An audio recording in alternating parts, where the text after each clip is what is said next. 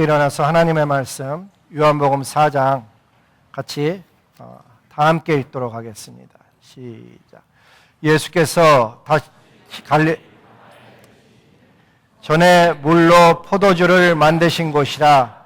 왕의 신하가 있어 그의 아들이 가버나움에서 병들었더니 그가 예수께서 유대로부터 갈릴리로 오셨다는 것을 듣고 가서 청하되 내려오셔서 내 아들의 병을 고쳐주소서 하니 그가 거의 죽게 되었음이라. 예수께서 이르시되 너희는 표적과 기사를 보지 못하면 도무지 믿지 아니하리라. 신하가 이르되 주여 내 아이가 죽기 전에 내려오소서. 예수께서 이르시되 가라 내 아들이 살아있다 하시니 그 사람이 예수께서 하신 말씀을 믿고 가더니 내려가는 길에서 그 종들이 다가 만나서 아이가 살았다 하거늘 그 낫기 시작한 때를 물은즉 어제 7시에 열기가 떨어졌나이다 하는지라. 그의 아버지가 예수께서 내 아들이 살아있다 말씀하신 그때인 줄 알고 자기와 그 온 집안이 다 믿더라. 아멘. 옆에 분들과 앉으면서 인사합니다. 참 잘 오셨습니다. 주님의 이름으로 복을 빕니다. 장기영 목사님 올라오셔서 말씀 전해주도록 하겠습니다.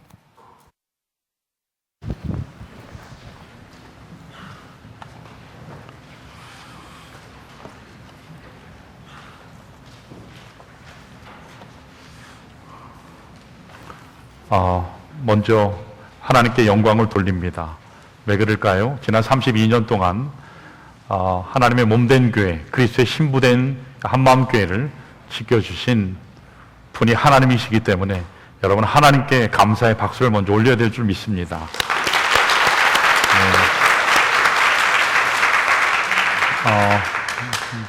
제가 한국에 있을 때 부흥 강사로 와달라고 전화가 왔을 때 사실은 망설였습니다. 왜냐하면 제가 과연 자격이 될까?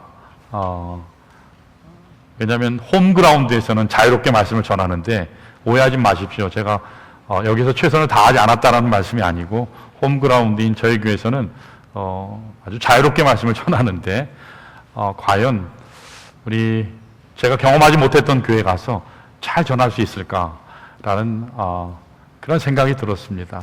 그런데 조재현 목사님과 교제하면서 벌써 4번째 말씀을 전하게 되니까 이제는 마음이 편안함이 있습니다. 감사를 드리고요.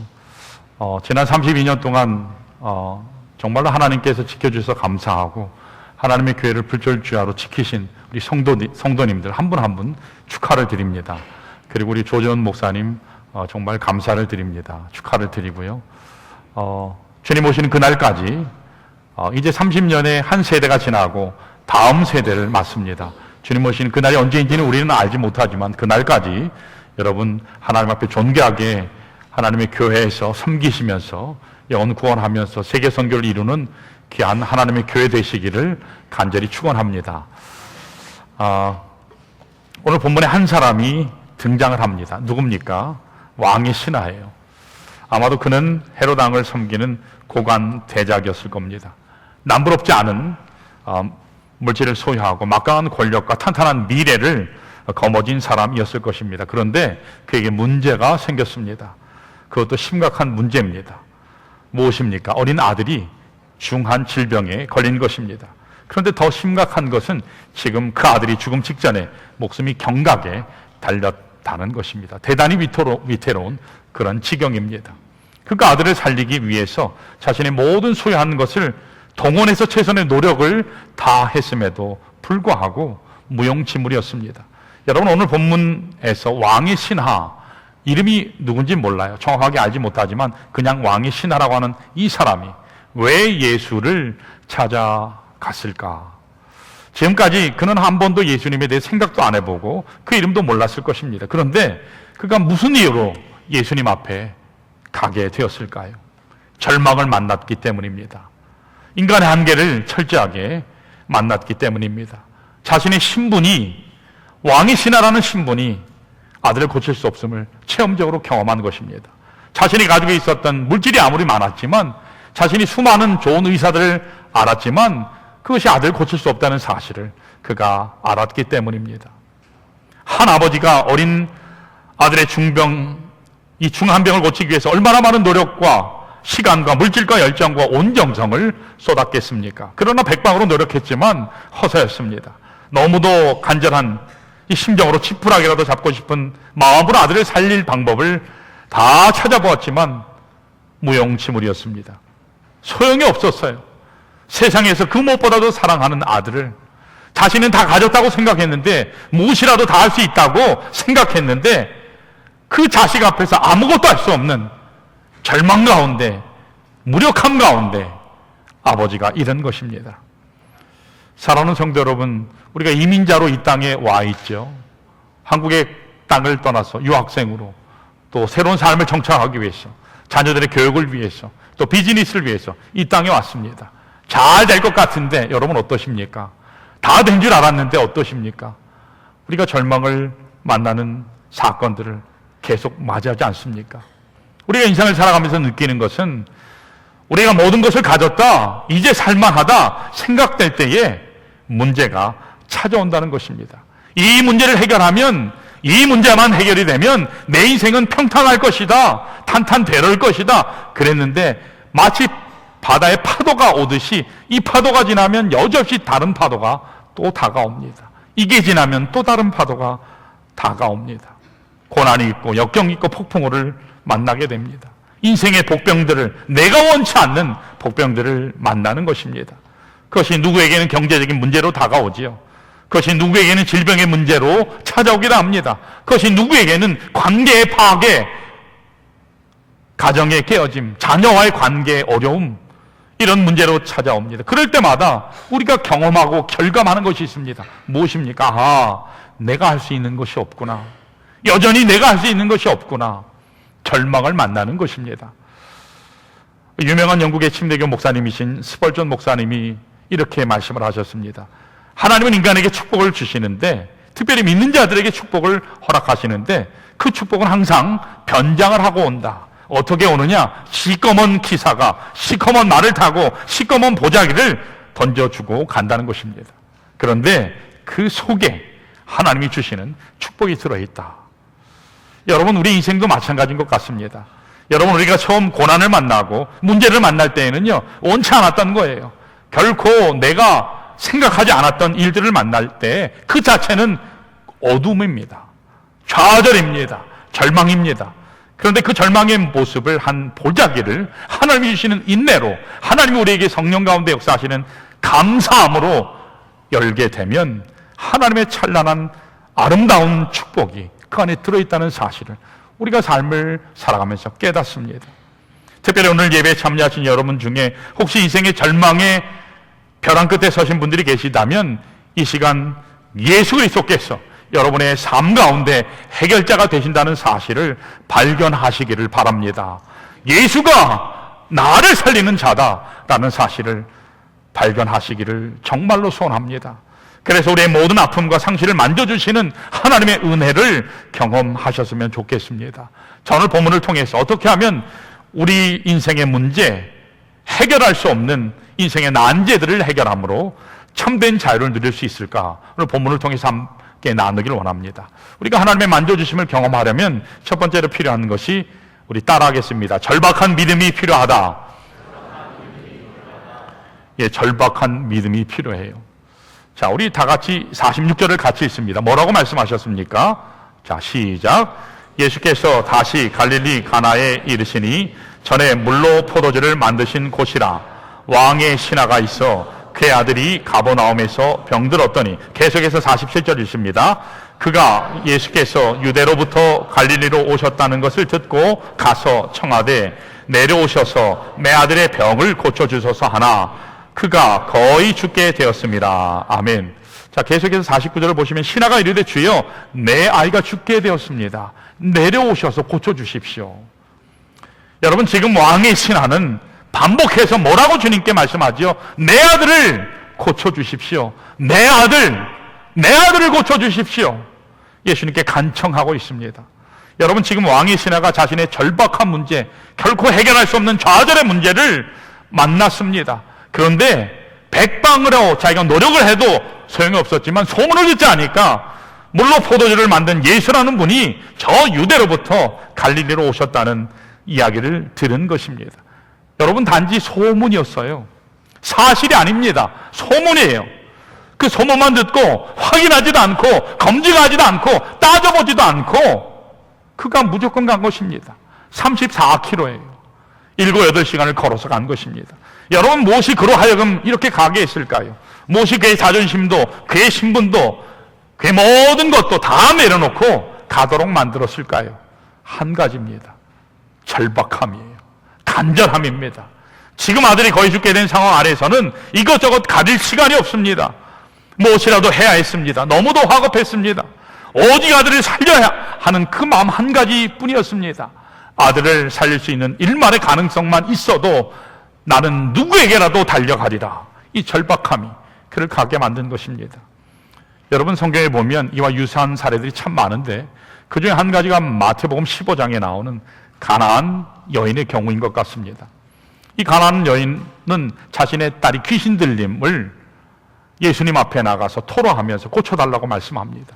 죽음의 직전에 있는 사단 마귀의 권세에 붙잡혀 있는 딸의 문제가 바로 자신의 문제였기 때문에 하나님이신 예수 앞에 나갑니다. 예수님을 어떻게 알았는지는 몰라요. 그러나 기가 막히게 예수님 앞에 나가서 고백하지요.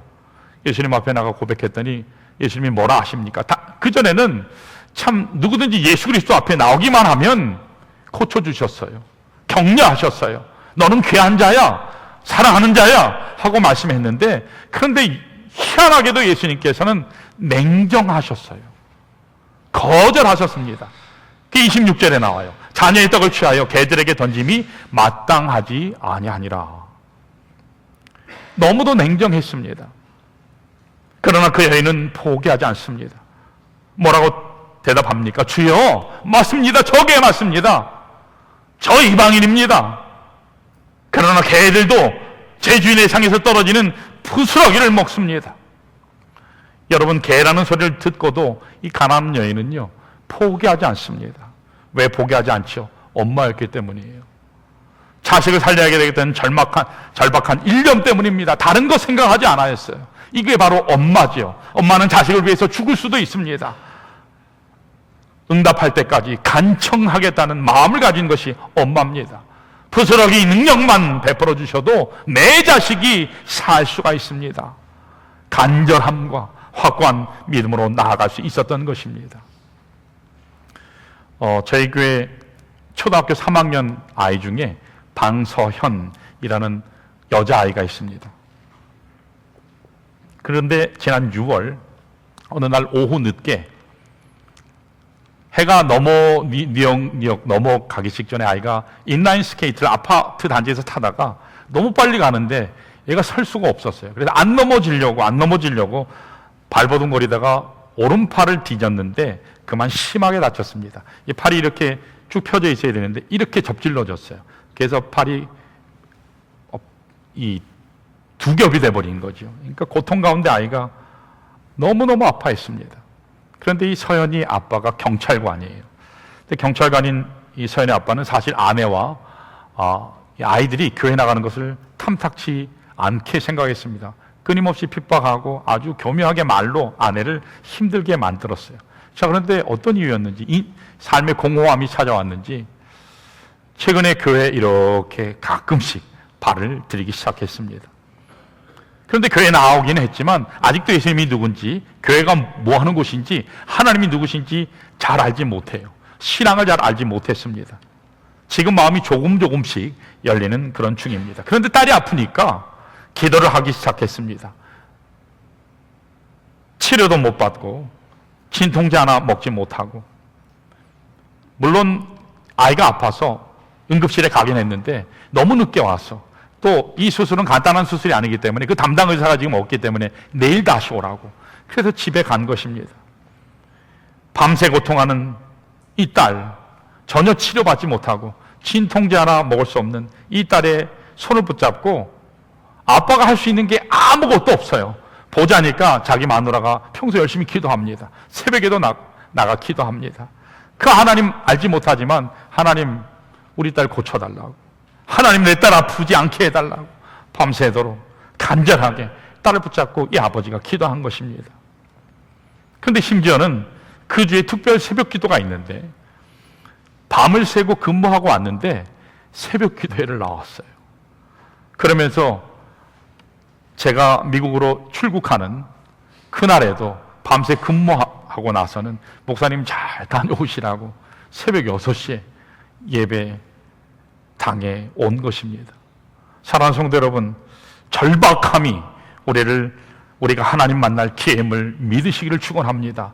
절박함이요, 절망의 시간이 우리가 하나님을 만날 수 있는 기회임을 여러분 믿으시기를 바랍니다. 릭 워렌 목사님이 계세요. 캘리포니아에 계시는데 그 목사님 교회 비즈니스를 아주 잘하시는 성도가 계셨어요. 근데 이분은 너무 능력이 출중해서 하나님 앞에 나가서 구할 게 별로 없었던 분인 것 같아요. 왜냐하면 계획한 대로 너무너무 잘 되니까. 그래도 굉장히 큰 프로젝트를 계획을 해서 열심히 잘 되어가는 것 같은데 막판에 이게 물거품이 되고 말았습니다. 자신의 지금까지 사업했던 것이 뿌리채 흔들리게 됐어요. 아주 코가 빠져서 있는데 이 릭 웨렌 목사님이 그 성도에게 가서 뭐라 했는지 아세요? 축하합니다. Congratulations. 누구 약 올리는 것도 아니고 지금 망해가지고 자신의 삶 전체가 삶의 터전이 뿌리채 흔들리는데 축하한다고 얘기하니까 화나지 않겠습니까? 그런데 여러분, 릭 워렌 목사님이 이렇게 말씀하셨어요. 형제의 절망, 그것이 하나님의 역사의 시작입니다. 이제 형제가 절망했으니까 형제가 이제부터 수많은 노력을 했고 수많은 일을 혼자 다 했지만 이제 형제가 다 내려놓는 그 순간부터 이제 진짜 하나님이 형제를 위해서 일하실 겁니다. 그래서 축하합니다. 그렇게 말씀했다고 해요. 사랑하는 성도 여러분, 여러분들이 오늘 이 자리에 참여하신 것이 결코 우연이 아닌 줄로 믿습니다. 하나님께서 오래전부터 계획하심이 있기에 이 자리에 참여하신 줄로 그렇게 믿습니다. 여러분, 오늘 우리의 절박한 환경이나 상황이 오히려 우리를 좌절시키는 것이 아니라 우리에게 축복이라는 사실을 여러분 믿으셨으면 좋겠어요. 그 절박함이, 그 좌절됨이, 그 절망의 순간이 여러분 하나님 앞에 나아갈 수 있는 기회라는 사실을 여러분 반드시 기억하셨으면 좋겠습니다. 하나님의 역사를 경험할 수 있는 순간입니다. 하늘로부터 주어지는 은혜의 기적의 역사의 주인공이 될 수 있는 기회라는 것입니다. 오늘 그 하나님의 역사를 경험하시기를 축원합니다. 절박한 자가 하나님을 만날 것입니다. 절박한 심령이 하나님의 은혜를 경험할 것입니다. 절박한 나의 부르짖음이 하나님의 응답을 받을 줄로 믿습니다. 두 번째로 필요한 것이 하나님의 이 만져주심을 경험하려면 단순한 믿음이 필요합니다. 단순한 믿음. 다시 얘기해서 한 가지만 보는 믿음이에요. 우리 하나님은 한 하나님입니다. 한 하나님. 여러분 가정에 두 여자분이 계시면 어떻게 될까요? 이거는 골치 아픈 거예요. 한 분도 섬기기 힘든데 두 분 섬겼다가는 이건 완전히 뼈가 녹죠. 여러분, 우리가 섬기는 분은 유일하신 하나님 한 분밖에 없습니다. 여러분, 믿음도 마찬가지예요. 한 믿음이에요. 49절, 50절을 보기 전에 우리 8절 말씀에 보시면 왕의 시내가 예수님께서 알아들을 수 없는 책망의 말씀을 하시는 걸 듣습니다. 너희는 도무지 표적과 기적을 경험하지 않으면 도대체 믿지를 않는다고 예수님께서 막 뭐라 하셨습니다. 그런데 무슨 말인지 전혀 몰라요. 알아듣지를 못합니다. 예수님께 혼나는 것 같은데 알지 못해요. 그럼에도 불구하고 그럼 뭐라고 예수님께 간청하고 있습니까? 49절을 볼까요? 이렇게 나와요. 신하가 이르되 주여 내 아이가 죽기 전에 내려오소서. 여러분, 지금 왕의 신하는 예수님께서 내려오셔야 고칠 수 있다고 믿었습니다. 예수님께서 아들을 만나야 고쳐주실 수 있다고 믿었어요. 예수님께서 내려오셔야, 만져주셔야 고칠 수 있다고 생각한 것입니다. 여기에 인간의 한계가 있습니다. 전능하신 주님의 능력을 제대로 이해하지 못하는 모습입니다. 그런데 그럼에도 불구하고 하나님을 잘 알지도 못했음에도 불구하고 주님께서 그에게 뭐라고 하셨는지 아세요? 50절을 읽습니다. 저리 함께 읽어볼까요? 50절. 시작. 예수께서 이르시되 가라, 내 아들이 살아있다 하시니. 여기까지요. 자, 내 아들이 살아있다. 여러분, 그가 가장 듣고 싶은 이야기가 뭘까요? 인생 최대의 기쁜 소식이 뭘까요? 내 아들이 살아있다. 네 아들이 살아있다. 이 소식입니다. 그의 반응이 그런데 어떻습니까? 이게 중요해요. 자, 계속해서 있습니다. 자, 시작. 그 사람이 예수께서 하신 말씀을 믿고 가더니. 아멘. 믿고 가더니. 여러분, 여기에 주님의 은혜가 있습니다. 왕의 신하는 아직 예수님이 누군지 전혀 몰라요. 창조주이시고 전능하신 살아계신 하나님이시며 우주 만물의 주인이신 예수가 어떤 분이신지 정확하게 몰라요. 그러나 그가 아는 것은, 분명히 아는 것이 한 가지가 있습니다. 그게 뭘까요? 예수 만나면 내 아들이 산다. 예수 만나면 내 아들이 고침받을 수 있다. 예수 만나면 내 문제가 해결이 된다. 예수가 내 아들을 고칠 수 있다. 예수 만나기만 하면 나의 평생의 숙제, 내 인생의 최대의 난제를 해결받을 수 있다. 이런 분명한 한 가지 확신이 그에게 있었습니다. 다른 거는 다 몰라도 예수가 고친다. 그 사실을 확신했습니다. 사랑하는 성도 여러분, 오늘 우리도 마찬가지입니다. 예수 만나면 내 인생에 막힌 담이 뚫릴 줄로 믿습니다. 내 인생의 어두움이 물러날 줄로 믿습니다. 인생의 가뭄의 단비가 뿌려질 줄로 믿습니다. 여러분, 인생은 누구를 만나느냐에 따라서 성공과 실패가 결정이 됩니다. 그 무엇보다도 예수 만나시는 축복 누리시기를 축원합니다. 여러분, 솔직히 말해서 우리 인생의 어떤 문제들은요, 내 능력과 내 노력으로 해결되는 것 같지만, 그러나 살아가면 살아갈수록 어떻습니까? 사실 인생의 깊은 어떤 문제들은요, 내 능력으로 해결되지 않습니다. 아무리 수많은 노력을 해도, 애를 써도 되지 않습니다. 그런데 어디를 가면 해결될까요? 예수 앞에 나아가면 해결되는 줄로 믿습니다. 예수께서 해결하신다는 사실을 여러분 믿으시기를 축원합니다. 자, 오늘 본문의 왕의 신하는 자신의 아들을 구할 수 있는 유일한 해답이 예수임을 인정하고 자기가 이해하는 전부를 동원해서 부족하지만, 모자라지만 자신의 전심을 다해서 주님께 나아가 간청하고 있습니다. 이분이 아니면 안 된다. 예수가 아니면 안 된다. 이것이 아니면 안 된다. 이렇게 오늘 우리도 한 가지만 보는, 한 대상만 보는 그런 믿음이 필요합니다. 그 어떠한 다른 거 생각하지 않는 믿음, 이것이 오늘 우리에게 필요해요. 오늘 개인도 마찬가지입니다. 하나님 외에는 다른 분 없다 선포하시기를 바랍니다. 하나님 외에는 다른 그 어떠한 분도 내가 의지할 자가 없다. 여러분, 아침에도 주무시기 전에도 선포하시기를 축원합니다. 이런 고백이 있는 자는 얼마나 복된지 모릅니다. 여러분, 삶의 터전도 마찬가지입니다. 하나님 한 분만 바라보게 되면 다른 어떤 것도 필요 없는 줄로 믿습니다. 이게 믿는 자의 능력입니다. 부부관계도 마찬가지입니다. 이 사람 외에는 다른 사람 없다. 이 사람만 본다. 그렇게 할 때에 축복인 줄로 믿습니다.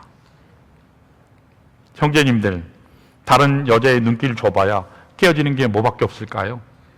가정밖에 없습니다. 자매님들, 다른 남자 눈길 줘봐야 깨어지는 게 뭐밖에 없을까요? 가정밖에 없습니다. 지금 내 옆에 있는 아내가, 내 옆에 있는 남편이 유일한 배필이다, 최고의 배필이다, 여러분 믿으시기를 축원합니다. 아멘은 안 하시네요. 내가 이 인간 만나가지고 이 생고생을 하는데 뭔 축복은 무슨 축복. 저희 교회도 제가 이 대목에서 가끔 이렇게 말씀하면 아멘을 잘 안 해요. 그래서 제가 억지로 아멘을 시킵니다. 자, 우리 옆에 있는 분들, 자, 파트너입니다.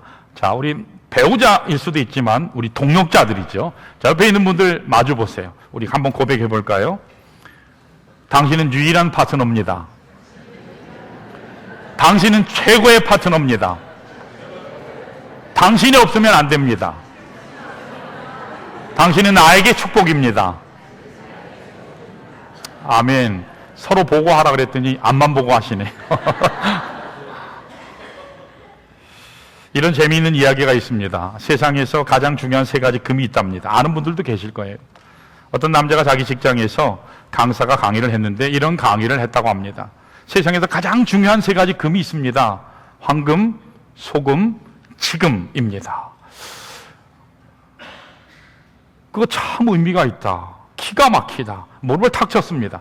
이 귀한 소식을 나만 알 것이 아니라 자기 아내에게도 지금 알려주고 싶어서 문자로 이 세 가지 가장 중요한 금, 황금, 소금, 지금 문자를 찍어서 아내에게 보냈습니다. 그런데 즉각적으로 아내에게서 대답이 왔어요.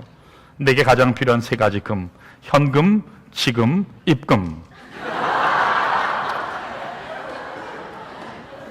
야, 내 아내 순발력이 기가 막히구나. 감탄하면서 자기 아내에게 다시 남편이 답하는 문자를 보냅니다. 남편이 아내에게 이렇게 보냈다고 합니다. 방금, 쬐끔, 입금. 이렇게 보냈다고 합니다. 참 아내를 사랑하는 남편입니다. 여러분, 하나님이 내게 주신 이 배우자가 가장 소중하다는 사실을 여러분 기억하시기를 바랍니다. 여러분, 한 여자로 만족하지 못할 것 같은데, 한 남자로 만족하지 못할 것 같은데, 여러분, 하나님의 은혜로 깊이 사랑하면 정말 깊은 사랑의 관계로 나아갈 수 있습니다. 이게 하나님이 주신 축복이에요. 우리가 그리스도의 신부라 하죠. 그리스도의 신부요. 부부관계의 깊은 사랑을 여러분 배울 수 있을 때에 예수 그리스도, 신랑 대신 예수 그리스도, 신부된 하나님의 거룩한 교회가 얼마나 친밀한가를 여러분 깊이 알 수 있어요. 그래서 어떤 경우에도 사랑하는 아내, 사랑하는 남편 그렇게 고백하시면서 하나님 앞에 나아가시기를 축원합니다. 자, 이렇게 예수 그리스도의 회복과 치유의 능력을 그 만져주심을 경험하려면 단순한 믿음이 필요해요. 절박한 믿음과 함께 한 가지만 보는 믿음이 필요합니다. 자, 마지막 세 번째입니다. 확증하는 믿음이 필요합니다. 확증하는 믿음이요. 그 예수 그리스도께서 네 아들이 살았다 말씀을 하셨는데 그 말씀이 진짜냐? 그 말씀이 현실에서 이루어졌냐? 확실하게 증명될 때 얻는 믿음입니다. 다시 말해서 주께서 말씀하신 그 약속이 실제 내 삶 속에서 성취가 되고 이루어질 때 얻는 믿음을 말합니다. 왕의 신하는 아들이 살아있다. 예수님의 대답을 듣긴 들었어요. 그러나 나는 걸 봤나요? 아직 못 봤어요. 근데 예수님께서 확증하는 그 사건을 허락하시죠. 누구를 만납니까? 종을 만나죠. 종을 만나서 무슨 이야기를 듣죠? 아들이 살아있다. 이야기를 듣습니다. 여러분, 이와 같은 확실한 약속의 성취는 아무나 행할 수 있는 것이 아닙니다. 누가 행할까요? 전능하신 하나님 한 분 외에는 행할 자가 없는 줄로 믿습니다. 하나님만 하실 수 있는 겁니다. 오직 전능하신 하나님이 행하실 수 있는 겁니다. 그분은 만왕의 왕이십니다. 우주 만물을 창조하신 창조주 하나님이십니다. 영원한 현재 살아계신 하나님이십니다. 변함없으신 신실하신 하나님이에요. 공의와 사랑의 하나님이십니다. 그런 하나님이 우리를 감싸 안으셔서 하나뿐인 아들을 우리에게 내어주신, 우리를 사랑하시는, 한 번 사랑하신 그 사랑을 끝까지 행하시는 하나님이십니다. 그리고 그러한 약속의 성취는 여러분 아무에게나 주어지는 게 아닙니다. 누구에게 주어질까요? 믿는 자에게. 예수 그리스도를 주로 고백하며 믿는 자에게. 내가 다 이해하지는 못하지만 그러나 믿음으로 나가서 고백함으로 오직 한 분 하나님만 바라보며 나가는 자에게 주시는 그 믿음입니다. 제가 금요일도 말씀드렸던 것 같은데 신앙의 세계와 이 세상의 이 세계는요, 특별히 학문의 세계는 완전히 다릅니다. 세상의 세계는요, 학문의 세계는 이해를 하고 나서 그리고 믿게 되는 것이지만 여러분, 신앙이라고 하는 것은 믿으면 이해되는 거예요. 시작과 끝이 완전히 다릅니다. 여러분, 하나님 앞에 믿음으로 나아가시면 성령 하나님께서 조명하심으로 하나님의 그 뜻과 하나님의 말씀과 하나님의 행하심을 여러분 깨닫게 하실 줄로 믿습니다. 내가 깨닫는 게 아니에요. 성령 하나님께서 깨닫게 도와주시는 것입니다. 뿐만 아니라 여기에 왕의 신하의 가족에게 또 하나의 축복을 주셨습니다. 그게 무엇입니까? 이 확신을 모든 가족에게 전함으로 자신과 아들뿐만 아니라 이제 모든 사랑하는 가족도 하나님의 자녀가 되는 축복을 누렸다라는 사실입니다. 이 자리에 참여한 여러분 한 분 한 분 이와 같은 축복의 장에 참여할 수 있으시기를 소원합니다. 여러분 혼자 구원받으시면 안 돼요. 나 혼자 신앙생활 하시면 안 돼요. 여러분 사랑하는 남편에게, 사랑하는 아내에게, 사랑하는 자녀에게, 사랑하는 부모 형제에게 복음 전하시기를 축원합니다. 여러분들이 복음의 통로 되시기를 간절히 원합니다. 하나님은 여러분들을 부르신 것이 여러분만 구원받고 여러분만 하나님의 은혜 누리는 것, 그것만으로 만족하라고 여러분 부르시지 않았습니다. 전하라고, 그 말씀을 전하라고 여러분을 부르셨습니다. 제가 말씀을 전할 때마다 자주 소개하는 예화가 하나 있습니다. 그 예화를 소개하고 마치겠습니다. 보리스 콤펠트라고 하는 박사가 있는데 러시아에 살았던 유대인 의사였습니다. 그는 소련 연방을 만든 스탈린도 신이 아닌 인간이다. 그래서 그 제목으로 강제 노동 수용소에 던져졌습니다. 의사로서 그에게 주어진 임무는 죄수들이 병원에서 죽지 않고 일하다가 죽도록 하는 그것이었습니다. 그러나 그는 죄수가 건강하든 건강하지 아니하든 웬만하면 의료가들이 건강하다라고 적어서 죄수들을 작업장으로 보내도록 압력을 받고 있었습니다. 그의 치료는 기계적이고 형식적이 되어가고 말았습니다.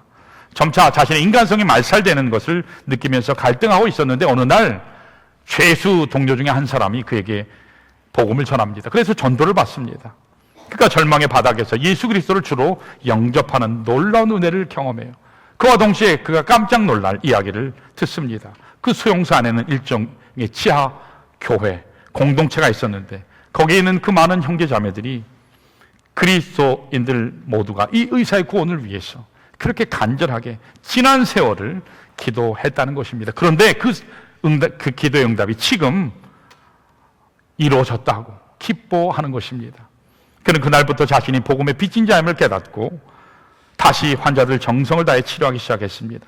그러던 어느 날 죄수들을 몹시도 괴롭히던 이 간수한 사람이 의미실로 왔는데 순간적으로 저 사람을 죽이고야 말리라 막 분노에 치밀다가 성령 하나님께서 도와주셔서 그 욕을 물리칩니다.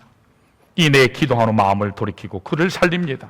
그리고 몇 번씩이나 당신은 의료품을 낭비한다, 환자들에게 너무 관대하다, 다시 한번 죽을 사람을 살리면 당신은 죽을 것이다 라고 마지막 통고를 받습니다. 그런데 그러던 어느 날 한 번은 장암에 걸린 남자를 만나 그를 치료하게 됐습니다. 그는 또 한 번의 수용소의 경고를 무시하고 그를 살립니다.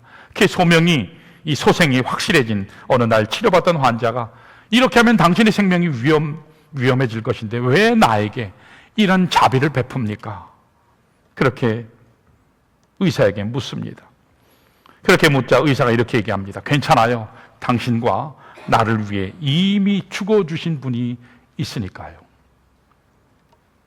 그 사람이 도대체 누굽니까? 그가 의사에게 묻습니다. 그 묻는 환자의 귀에 그의 이름은 예수 그리스도입니다 라고 속삭입니다. 이 사람을 살린 것이 알려지면서 이 의사는 그 이후 공개 처형을 당했습니다. 그러나 그가 죽던 그 순간 그에게 살림을 받은 환자는 의사가 전해준 그 복음의 메시지, 하나님의 은혜의 복음을 다시 깊이 상기하고 예수님을 영접하는 기도를 드리면서 흐느끼면서 이렇게 고백합니다. 보리스, 이제는 내 차례입니다. 이제는 내가 그 사랑을, 그 생명을 이 죽어져가는 수용소에 있는 사람들에게 전하겠습니다. 그의 이름이 알렉산더 솔제니친입니다.